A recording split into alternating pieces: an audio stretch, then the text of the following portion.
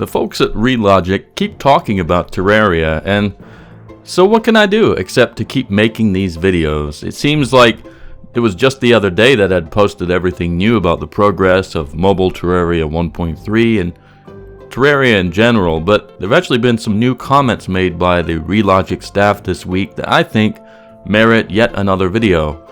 Now, this first comment that I'm going to go over from the official forums was a question about announcing a release date for mobile 1.3.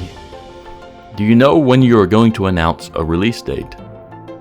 And to that, Loki replied, "Did you just ask for a release date of the release date?" This guy must be one of us. I like Loki's reply. It was nice and dry. And obviously he didn't give an answer to it because I'm sure he just doesn't know. Anyway, these comments in this video are all over the place. They address a lot of different topics. So this next one was curious about some information that I had actually featured in my last update video. Why was Xiaomi Redmi Note 4 of all phones put as an example? I don't have nothing against it or anything. And Loki once again responded to this one with, "No clue. That's what DR provided me. Shrug." Now, I'm no Marcus Brownlee. In fact, I don't even know how to pronounce that guy's name, but I know he's good. And I'm not familiar with the brand. Maybe Xiaomi, if I'm pronouncing it correctly, is a popular brand in some particular regions. I'm not familiar with it, but there you go. Another comment was, will there be a new icon for the game in the Play Store and App Store? And Loki simply answered yes.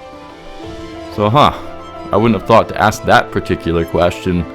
In fact, I honestly wouldn't have thought Loki, with all due respect, would even know the answer to that one. So maybe the new icon will attract some more attention. They're really treating this as almost like a new game, but obviously with the caveat that you don't actually have to pay anything extra to get it, which is of course very welcome. Now, the next question addressed potential shortfalls in Android development given its exclusion from the selective beta, which is currently underway. A forums poster wrote, "I understand security being a concern, but doesn't limiting Android beta testing increase the amount of bugs we are going to have at launch?" And Loki was once again Johnny on the spot. He wrote, "Have had plenty of Android testers internally, and very few bugs have been platform specific." So that's good. It sounds like if there's a bug, it doesn't matter whether it's an Apple phone or a Android-based phone, at least for the most part. And with the internal testing of Android devices, hopefully is a fairly polished Android release, and certainly it'll be at the point where there's nothing major at launch, you would think.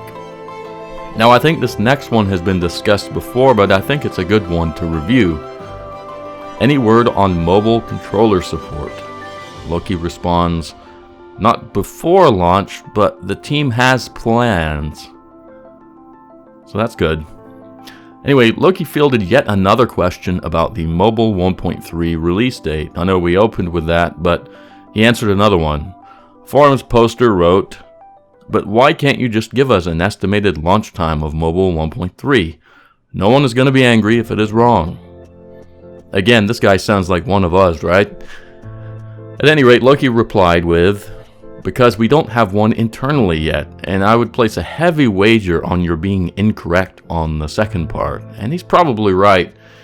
I'm sure a lot of people would be agitated if he said it would be out in September and it wasn't out by the end of September. I'm sure there'd be hell to pay. So they're certainly justified in being careful about not announcing things too early before they know for sure roughly when something will come out. Anyway, another poster asked which devices will be left out of mobile 1.3. The actual post was, "So what devices won't have the update then?" And Loki replied, "Devices below the min spec." Obviously meaning minimum specifications. Pretty obvious, that one. Now, if you're unfamiliar with the minimum specs, check out my July State of the Game news video or track down the July State of the Game post by ReLogic, because all of that stuff is discussed at length in those places. And finally, this last comment touches on a topic I'd never considered, and it touches on playing earlier versions of Terraria. The post was, For the record, I bought the game, but am interested in ability to browse and play earlier versions. And Loki, who is the man of the hour, was yet again the Relogic staff member who responded with, because Relogic does not have the resources to build, support, and maintain a system for prior versions. Relogic supports the current version of Terraria on Steam and Good Old Games. They have no obligation to support anything else. Game Launcher worked by applying binary diffs to the then current Steam version. It was legit and permitted by Relogic because you had to start with a legit version of the game. My understanding is that between 1.2.4 and 1.3, the internal file structure of the game changed significantly enough to make this method untenable any longer, so the author abandoned the project. There is no indication that he will take it up again, so it is what it is. I don't know what Minecraft has, but Mojang is 10 times the size of Relogic and has all of the resources of Daddy Microsoft to rely on for their products. So, throwing a little bit of shade at the Minecraft squad. I know generally there's a lot of amity between the two groups, so it's nothing bitter or anything, but Loki certainly draws a contrast between the very humble staffing of Relogic and their limited budget versus Microsoft, which of course bought Minecraft and all the rights to it a few years ago. So it's really apples and oranges. So just because Minecraft has something doesn't mean that Terraria will have something. I guess earlier on in the thread, maybe people were comparing the ability to do things like play earlier versions of Minecraft with what we can or cannot do with Terraria, and obviously it's an unfair comparison. The original comment also referenced something that was redacted by Loki that I've left out of the comments, and which was actually deleted from the comment. I guess it was some kind of pirated copy or some unauthorized edition of Terraria, so I didn't include that. At any rate, he answered the question, right? He basically said, look, we don't have the resources to do it. There was something available at one point, but that fell out of support. And so what we're doing now is we're putting all of our admittedly limited resources into developing and maintaining the current version of Terraria.